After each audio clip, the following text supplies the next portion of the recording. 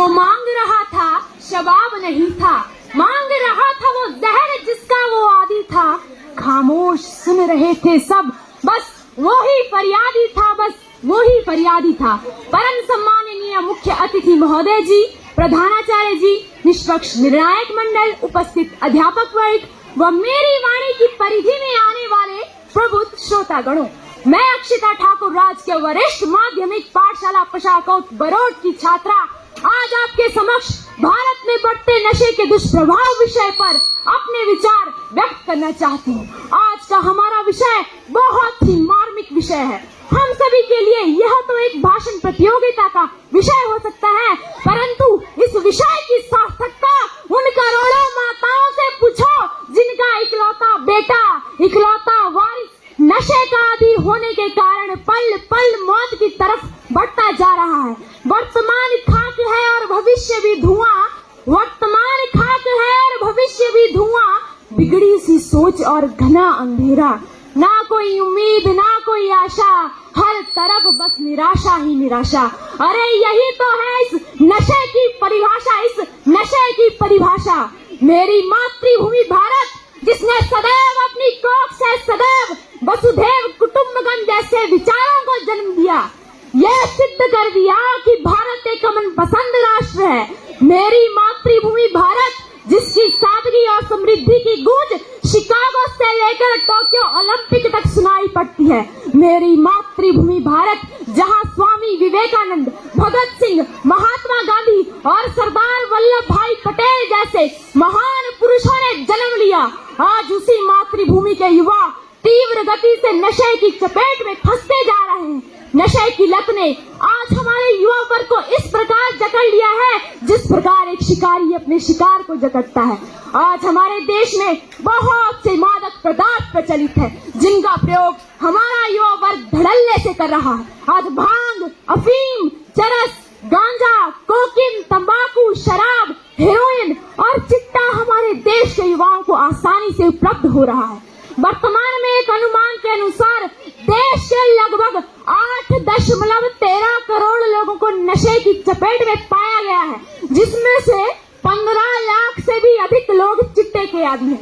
देवों की भूमि कहे जाने वाला हिमाचल प्रदेश भी तीव्र गति से इसके जाल में फंसता जा रहा है और इसके पुख्ता सबूत आए दिन आपको अखबारों में पढ़ने को मिल सकते हैं। नशा एक ऐसी समस्या है जिसका एक व्यक्ति के साथ ही साथ पूरा परिवार नष्ट हो जाता है। यदि परिवार नष्ट होगा तो समाज नष्ट होगा, यदि समाज नष्ट होगा तो इस अखंड भारत को छिन्न भिन्न होने में ज्यादा समय नहीं लगेगा।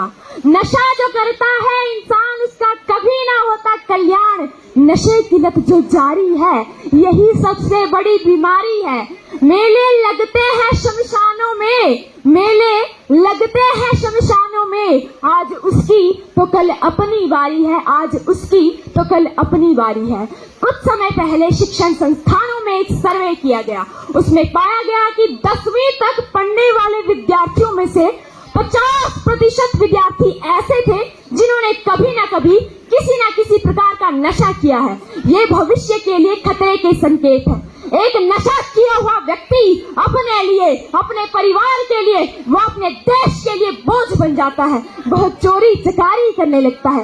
इतना ही नहीं, वह इससे भी बड़े अपराधों को अंजाम दे देता है और इसका खामियाजा साथ ही उसके पूरे परिवार को भुगतना पड़ता है।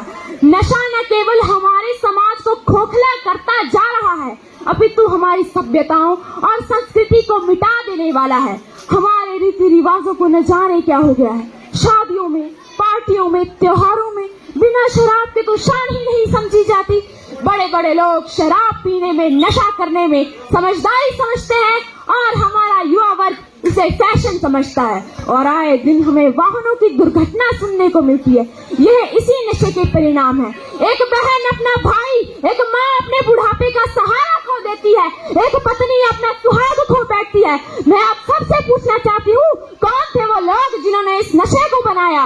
मैं आप सबसे पूछना चाहती हूँ, कौन थे वो लोग जिन्होंने घरों को जला देने वाला ये तेजाब बनाया? शायद आज हम में से किसी के पास भी इसका जवाब नहीं होगा।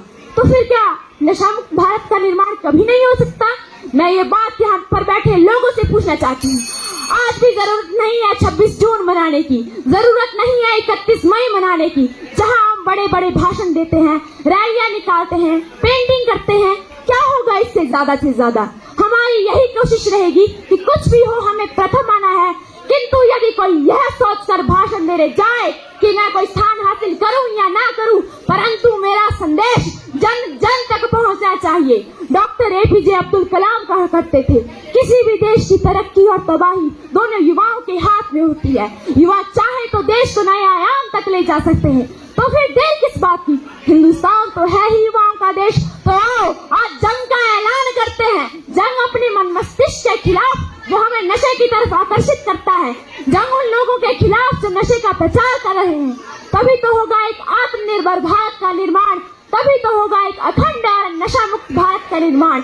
इसलिए आज समाज के हर वर्ग, हर परिवार को अपनी जिम्मेदारी सुनिश्चित करनी होगी। क्या सरकार ही सब कुछ करेगी, यह सोचकर हम सक्रिय नहीं हो सकते? तो आज हम सभी को यह ठान लेना होगा, यह प्रण लेना होगा, यह संकल्प करना है कि हम इस नशे को अपने देश के भविष्य के साथ खिलवाड़ नहीं करने देंगे और भारत के उज्जवल भविष्य की कामना करेंगे।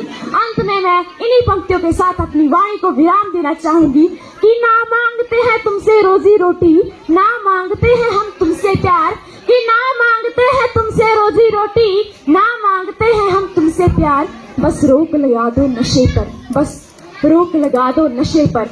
सुखी रहेगा हमारा घर संसार, सुखी रहेगा हमारा घर संसार। धन्यवाद। जय हिंद।